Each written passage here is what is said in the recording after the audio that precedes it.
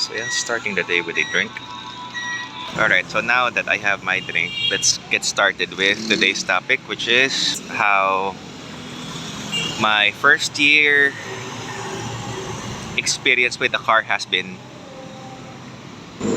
Let's go ahead and find another location kasi nasa tabihan tayo ng daan. It's very noisy, so let's go to a different place. Let's go. Let's try filming doon sa other side, but there's concrete barrier sa gitna ng daan, so we would have to make a U-turn doon sa intersection. So yan. Let's go.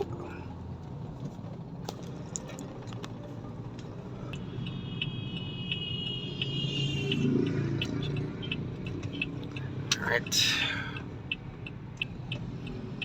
dito na tayo.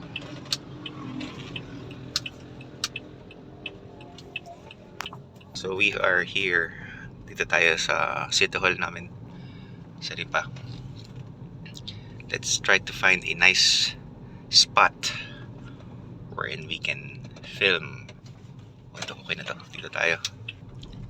This is nice. There's this spot sa gitna ng parking, which has sort of like a concrete portion. Yan, dito tayo. Alright, tara. Let's start vlogging. Alright, so ito na yung itsura ng sasakyan a year after I got it.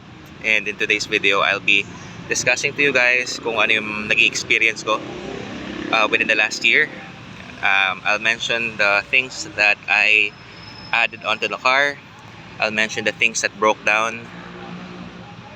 So yan, this is how the car looks. So yan, there you go. This video is also for people who are considering this car as their next vehicle, para at least pagka meron kayo ng guide kung bibili nyo yung ganitong klase ng kotse o hindi. Okay, so let's get started. Okay, so we'll start with the exterior, tapos mamaya i-discuss natin kung ano yung nasa loob. So, right off the bat, you would notice na I changed the wheels on this car. Oh, that's a massive dog. Oh my gosh. Oh, that's a big dog. Okay, so right off the bat, you would notice na I changed the wheels. When I got the car, naka-stock pa siya. Stock na 15s. And I switched over to a set of 17s. Ayan. So specs is 17 by 7.5. If I'm not mistaken, offset is positive 45 or 42. Pero ano naman siya, hindi naman siya nakalabas. Yan. So there you go. So yun. Tapos yung tires is a set of 205/40, which gives it a very clean look, if you ask me. Low profile yung tires, and this is how it looks. Ayan.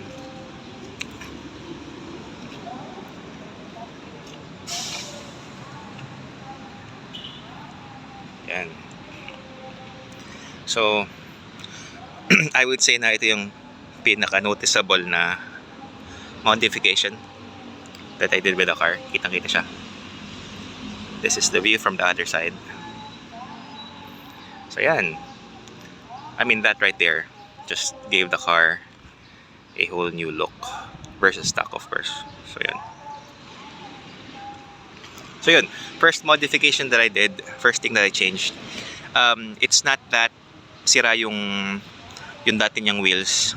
It's just that I just felt na I needed to update the look of the car kasi nga stock na stock yung nakalagay dati.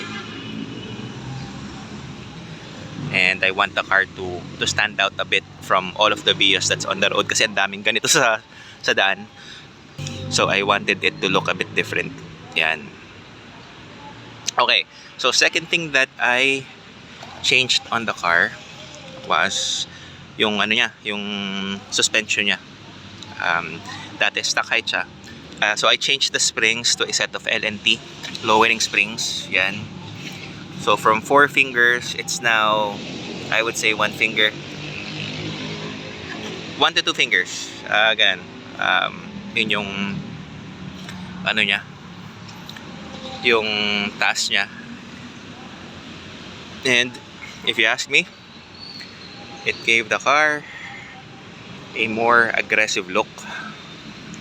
Let's do a walk around once again para makita nyo. So yan, that right there is how it looks on a set of LNT lowering springs. There you go. Feedback on the LNT lowering spring, okay naman siya, hindi naman siya ganong katagtag. A very affordable mod versus kung magko-coil overs ka. Yan, this is something na you can do or you can change on the car to give it a more aggressive look. Kasi yung LNT lowering spring, affordable naman siya. And it's always available. So, yun. So yun, other modifications that I did on the car was yung lights. I changed over to a set of LEDs. So yan, yung headlight pati yung fog light, LEDs na. Dati nakahalogen yan nung nabili ko, stock na stock pa talaga. Pero yung yung fog light ko is from Novsight. Itong headlight ko is from Orion. And okay naman siya. So far so good.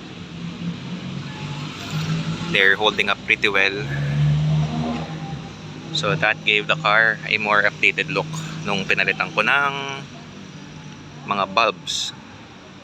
Okay, so additional things that's been added to the car would be ito, crossbar.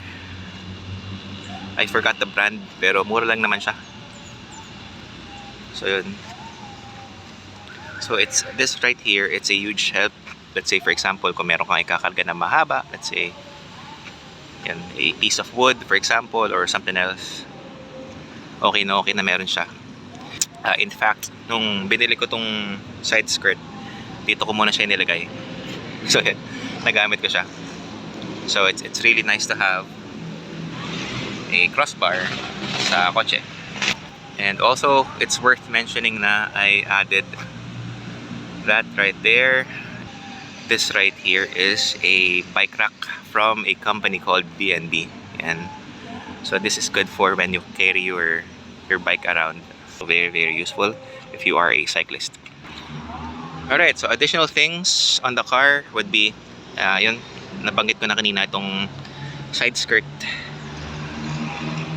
Yan. So itong design na to, TRD version 2 yata to if I'm not mistaken. Yan. And you have to bear with me kasi the car's really filthy at the moment. Kasi yan, it's been raining, maputik, very, very gloomy. So yan. And I have a review, or I have the installed video of this side skirt. Search nyo na lang sa videos ko if you'd like to see how this was installed. So yan, very, very nice. It gave the car a more aggressive stance because it made it look lower. So yan. Alright, so moving on, additional things, I added yan, fog lights sa likod. It's right over there. Both sides meron na siyang fog lights. And also yun, muffler tip. Since we're at the back, let's talk about the muffler tip. Na siya, stock muffler. Kasi ayoko na maingay. Nilagyan lang ng muffler tip para makita man lang yung tambucho. Okay, so let's talk about the interior of the car. Right off the bat, you would notice, nakalock pala. Right, so right off the bat, you would notice na naka-leather seats na si Vios natin. Yan.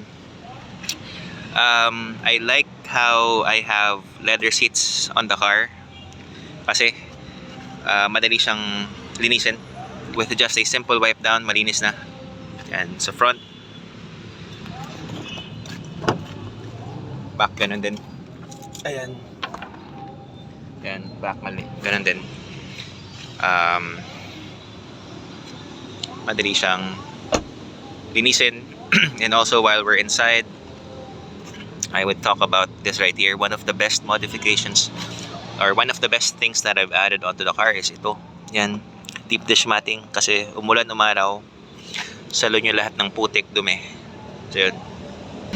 Moving on, one of the essential things that you should add to your car, dashcam,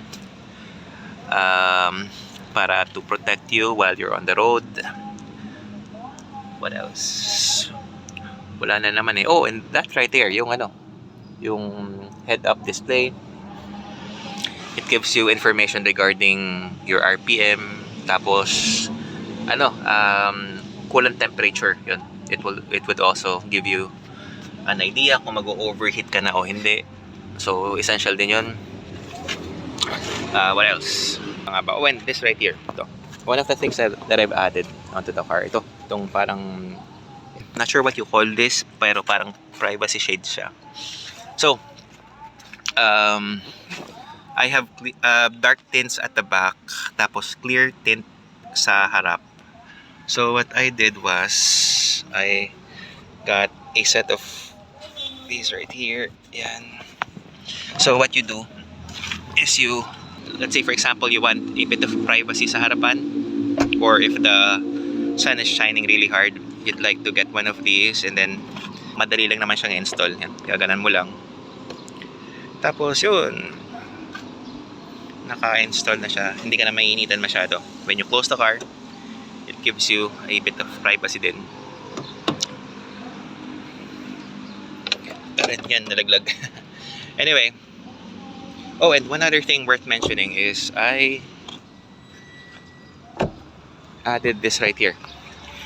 Now, sa engine bay, ito lang naman yung na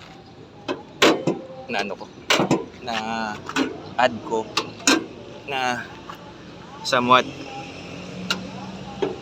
modification. I'm not sure if you would consider this as a modification, pero yun, strut bar. Yan. So yun lang naman yung mga things na I added onto the car. Tapos, yun, let's talk about the things that broke down, or the things na I changed because kailangan ng palitan. So when I got the car, it already had 52,000 kilometers. So nagpalit ako ng spring, pinalitan ko na yung shock sa harapan kasi medyo malubay na din siya. So pinalitan ko na rin. Tapos ito, battery. Yan, battery lang. Tapos, I mean, that's the only thing that I can remember na I changed dito sa sasakyan. Kasi, to be honest, walang masyadong naging aberya, to be honest. I mean, yung shock, pinalitan ko kasi, I might as well, kasi kalas na rin naman. Maluwag na yung parang malubay na. Though hindi pa siya naglilik, pero pinalitan ko na rin kasi malubay na. So yun, parang might as well palitan na. Yung battery naman, nung nagpa-PMS ako, may pan-test sila regarding the battery life, and medyo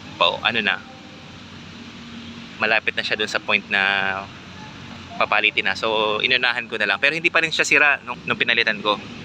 Parang 40% battery health according dun sa Shell nung nagpa-PMS ako. Pero yun nga, inunahan ko na, pinalitan ko. Tapos yun lang eh, walang nasisira, to be honest. Sakay lang ako ng sakay. And ano nga ba? I can't think of anything right now na, or I can't remember anything na I changed because nasira. Ayun. So wala. To answer your question regarding, or if you're going to be asking me regarding my overall experience with the car, wala talagang gas and go. To be honest, gas and go. Sakay lang na sakay. As long as you have gas, it will take you places. So if you're going to be asking if this car is still worth it to buy, yeah, definitely. If you can find an example that's maintained, I would suggest na you go for it. Now, I got the car. When I got the car, it had 52,000 kilometers. And as of right now, it has, if you can allow me to just pull it up, it has 86,929 kilometers. So yun, roughly 34,000 kilometers in 1 year. Medyo malakas tayong gumamit. Pero yun, walang naging problema. So yan. Although, syempre, pag nag 100,000 kilometers na siya, I'm planning to change the spark plugs. Hindi ko pa nga pala napapalitan yung spark plugs. So, pero wala pa naman kasing aberya. Pero, you know, I would do it ahead of time bago magka-problema. Tapos, I will change the radiator fan motor para preventive maintenance na din lang. Tapos yun. Yun lang kasi masasabi ko kasi wala nga nagiging problema sa kotse na to. Hopefully magdire-diretso yung yung performance niya. So yun. So alright, so I would end the video right here. I hope na you find this video useful if you're looking for a Vios. Ayun, again, bottom line, if you're planning to buy a Vios, try to find an example that has low mileage tapos well maintained. Ay, ang sarap. Sakay ka lang ng sakay pag ganun. Syempre, of course, it goes without saying na find an example na walang problema sa papeles. And if you can find one that's from the first owner, ayun, mas maganda. Ito from the first owner kaya binili ko na rin. So yun, thank you very much for watching guys. I will see you on the next vlog. Peace.